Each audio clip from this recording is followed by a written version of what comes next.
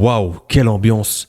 Les amis, j'espère que vous allez bien. On se retrouve pour ce débrief. Le match d'ouverture, la CAN est officiellement lancé. Le Maroc qui s'impose 2-0 face aux Comores à domicile à Rabat dans un stade flambant neuf. Le stade Prince Moulay Abdallah, qui d'ailleurs lui-même le prince était sur place pour ce match d'ouverture. C'était exceptionnel.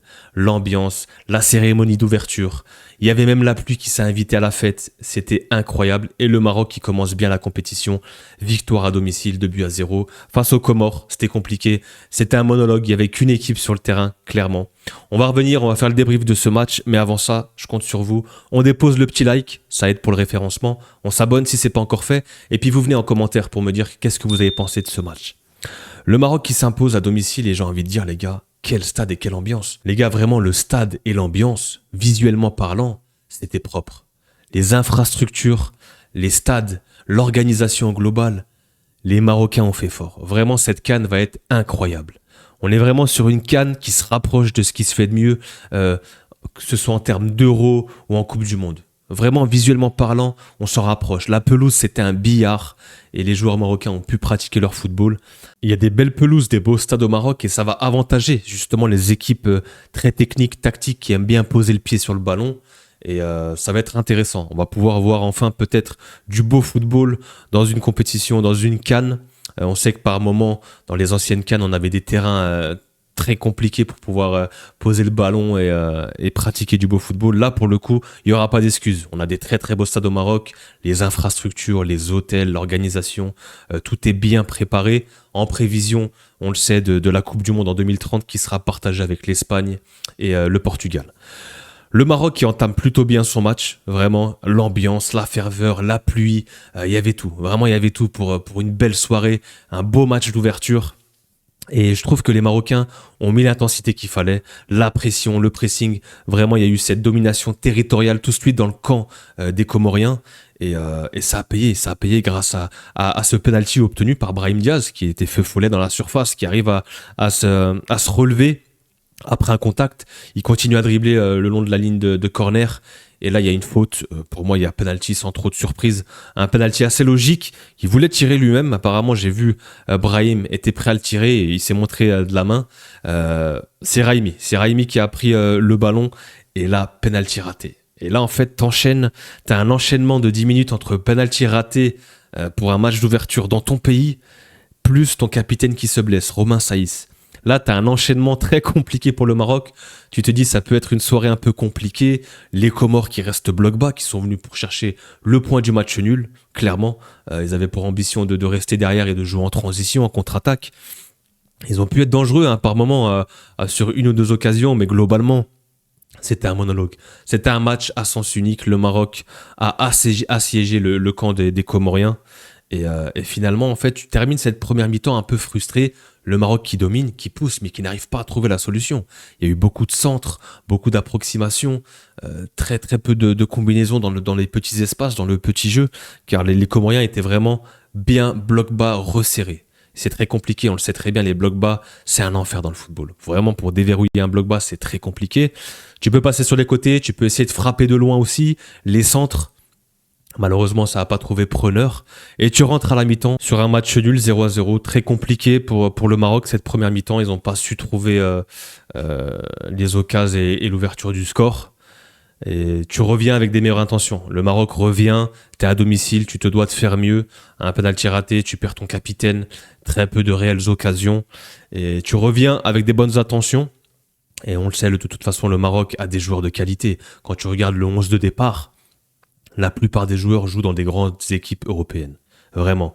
Tu as vraiment un 11 de qualité. Pour moi, cette équipe marocaine fait partie clairement des favoris à la gagne. De part déjà que tu es à domicile, ça c'est clair et net, ça peut t'aider, les supporters, le peuple, ça peut vraiment te pousser à aller chercher des résultats. A contrario, attention, ça peut aussi, la pression peut peser sur les joueurs, ça peut faire l'effet inverse. Mais voilà, en tout cas, on l'a vu aujourd'hui, grosse ambiance et le Maroc a poussé en deuxième période et ça a fini par payer grâce à cette ouverture du score de Brahim Diaz, le joueur du Real Madrid, clairement la star de l'équipe, on peut le dire, même s'il y a plein de bons joueurs. Et vraiment, j'ai beaucoup aimé ce but car en fait, le travail de Mazraoui sur le côté, Noussaïr Mazraoui qui fait un super boulot, parce qu'il y a un mauvais ballon en fait de Sofiane Amrabat dans le dos et Mazraoui qui arrive à se retourner, à contrôler le ballon, à se l'emmener un petit peu et faire ce centre au point de penalty. Vraiment, le boulot, Mazraoui fait quasiment 80% du job sur le but. Vraiment. Il reste solide, il fait ce contrôle un petit peu, il se retourne, centre au point de penalty. Et puis quand tu as un Brahim Diaz qui arrive, on sait qu'il est ambidextre, pied droit, pied gauche, il n'y a pas de problème. Il vient, il ajuste, ouverture du score, les Marocains qui se relâchent un petit peu. Et là, à partir de là, vraiment, tu as senti quand même que l'équipe était relâchée. Parce que en fait, du moment où tu n'as pas marqué et que tu avances dans le temps, les Comores peuvent t'avoir. Ils peuvent t'avoir en contre, tu peux rester sur un match nul, ça peut rester sur un match fermé. C'est très compliqué de jouer contre des blocs bas comme ça. Et match d'ouverture, Maroc, devant ton peuple, devant le prince, etc. Tu étais obligé de passer par une victoire. Tout autre résultat aurait été synonyme d'échec. Le Maroc qui ouvre le score et là, tu as un relâchement. Et là, tout de suite, l'équipe commence à pousser. Vraiment, j'ai senti les joueurs libérés. Et ça continue et ça pousse. Et quand tu as une équipe, tu as une profondeur de banc, quand tu peux faire rentrer du Abdé, quand tu peux faire rentrer du El Kaabi, du Bilal El Khannous, vraiment, ils ont une équipe. El Nesseri qui aurait fait du bien pour les centres. Tu fais rentrer El Kaabi, El Nesseri, tu sais que dans le domaine aérien, tu vas être preneur. Il y aura des clients. Et justement, ce deuxième but qui arrive, les gars. Quel but! On est déjà sur le but de la compétition, les gars. El Kaabi qui rentre à domicile, dans son stade, au Maroc, devant son peuple, sous la pluie, centre, il vient te tenter le retourné acrobatique qui finit petit filet.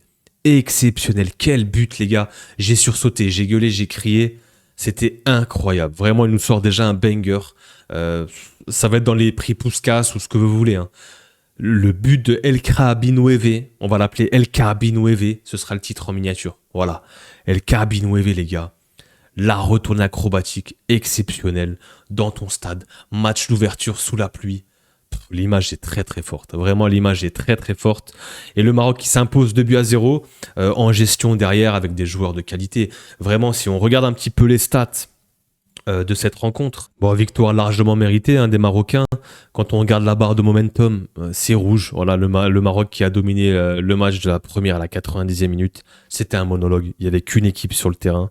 Et si on check un petit peu les stats en profondeur, voilà, une première mi-temps où tu as 0,95 d'XG, c'est le penalty en soi. Sinon, à côté de ça, tu as 7 tirs encadrés, c'est trop peu. C'est vraiment trop peu pour essayer d'ouvrir la marque. Et en deuxième période, c'était un petit peu mieux. Au global, 2 d'XG, 2 buts attendus, 2 victoires, 2-0, c'est imperfect. Par contre, pour les Comores, c'est compliqué. 0,30, 4 tirs seulement, 30% de possession. C'était un enfer pour eux. C'était un calvaire. Comme j'ai dit, c'était un monologue. La compo, les gars, vraiment, on est sur une équipe. J'ai beaucoup aimé Salah Eddine. Je le connaissais pas du tout. J'ai regardé, il joue au PSV, il me semble, c'est ça. Salah Eddine, Saibari, les deux joueurs du PSV, on a senti la connexion. Vraiment, c'était fluide, les deux-là. Cette paire-là, vraiment, on a senti qu'ils jouaient ensemble.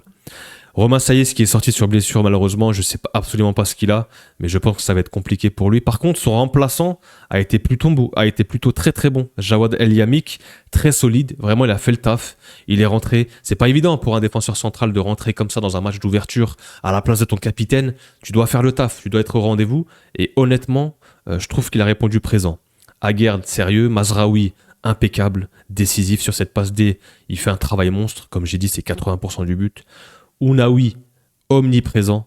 Vraiment, j'ai beaucoup aimé ce joueur. Un des joueurs du match, vraiment au milieu de terrain, il a fait beaucoup d'efforts. C'était lui qui était à la création, qui cherchait les petites brèches, les poches d'espace pour essayer de péter ce bloc bas. Amrabat, il y a du bon et du moins bon. Il a raté beaucoup de passes, honnêtement, je trouve, mais en deuxième période, c'était déjà un peu mieux. Et puis Amrabat, là où il va vraiment être bon, c'est dans le jeu sans ballon. Dans le jeu sans ballon, tu sais que lui va faire les efforts défensivement, couper les transitions. C'est un joueur de devoir, c'est un soldat. Et on l'a vu jusqu'à la fin, il a coupé des transitions, des centres. C'était assez solide de sa part. Saibari, j'ai beaucoup aimé, comme j'ai dit, la paire Salah Eddine, Saibari. Incroyable. Un joueur très technique. J'aime beaucoup Saibari, je l'avais déjà vu en Ligue des Champions avec le PSV. Il est très dangereux sur son côté gauche. Vraiment gros gabarit, très technique. Il fait du bien. El Ainaoui aussi. Il y a beaucoup de joueurs techniques dans cette équipe, vraiment. Et c'est pour ça que j'ai dit, dans ce genre de terrain, dans ce genre de stade, vraiment, ça va leur favoriser leur football. Et ils seront familiers, en fait. Ça ressemble vachement au stade européen. Donc, du coup, ils vont pouvoir retrouver leurs repères. El Ainaoui aussi, Première mi-temps plutôt discret, assez timide, mais par contre la deuxième période, il était au four et au moulin, il était partout. Il redescendait au milieu de terrain, il récupérait des ballons, il se projetait, il était à la construction, à la dernière passe. Vraiment, quel joueur. Un plaisir, c'est le joueur de l'AS Roma, il me semble, c'est ça. Quel joueur El Ainaoui, il fait du bien vraiment à cette équipe du Maroc. Raimi, petit flop, il rate son penalty. T'as un penalty comme ça, match d'ouverture au Maroc dans ton pays. Peut-être il y avait un petit peu de pression. Et Brahim Diaz, voilà, buteur et dans le jeu a été très très bon. Il obtient ce penalty, il est décisif. Donc quand on regarde cette équipe, elle est incroyable. Et encore, il manque le capitaine Achraf Hakimi qui n'est pas rentré, qui se remet tranquillement. Mais comme j'ai dit, tu fais rentrer du Abdé, du El Kaabi Nouévé, Bilal El Khannous, Youssef Ennesseri. T'avais encore du monde sur le banc. Hein. Mais Ilyes Ben Seguir, Akomash, Targaline, Shemseddine Talbi, ils ont vraiment un effectif dingue. Vraiment, je vous dis honnêtement, les gars, ils ont un effectif pléthorique. Ils ont beaucoup de techniciens. Il y a beaucoup de joueurs et de profils similaires. Attention, ça peut un petit peu porter défaut, mais c'est une équipe avec une grande, grande qualité. Ils s'imposent 2-0 à la maison. C'était pas facile. C'est des blocs bas, c'est le match d'ouverture. Il y a un peu cette pression aussi. C'est normal. Voilà, ça peut être normal. Mais en tout cas, on l'a vu. Après le premier but, les joueurs vraiment se sont libérés. En fin de match, il y a eu un petit peu de gestion. Donc voilà, victoire du Maroc. La CAN est lancée, les gars. Ça promet. Vraiment, cette CAN au Maroc va être incroyable. Je vais essayer d'y aller. C'est pas sûr. J'aimerais bien m'y rendre. Je vous tiendrai au jus de toute façon. Il y aura sûrement des vlogs ou quoi si j'y vais. Mais en tout cas, ça promet. On couvrira la CAN. Je vous garantis pas tous les matchs, mais les gros matchs, que ce soit le Maroc, que ce soit la Tunisie, en tant que franco-tunisien, forcément. La madame est marocaine, donc on supporte aussi le Maroc. On a sorti le maillot. Et puis on suivra les favoris et les grosses nations, que ce soit le Sénégal, la Côte d'Ivoire, etc., etc. Donc voilà, j'espère que vous avez kiffé le débrief. N'hésitez pas à venir en commentaire pour me dire ce que vous avez pensé de ce match d'ouverture du Maroc. Et puis on s'abonne si c'est pas encore fait. Le petit like. Et puis nous on se revoit très très vite. Prenez soin de vous les gars. Peace.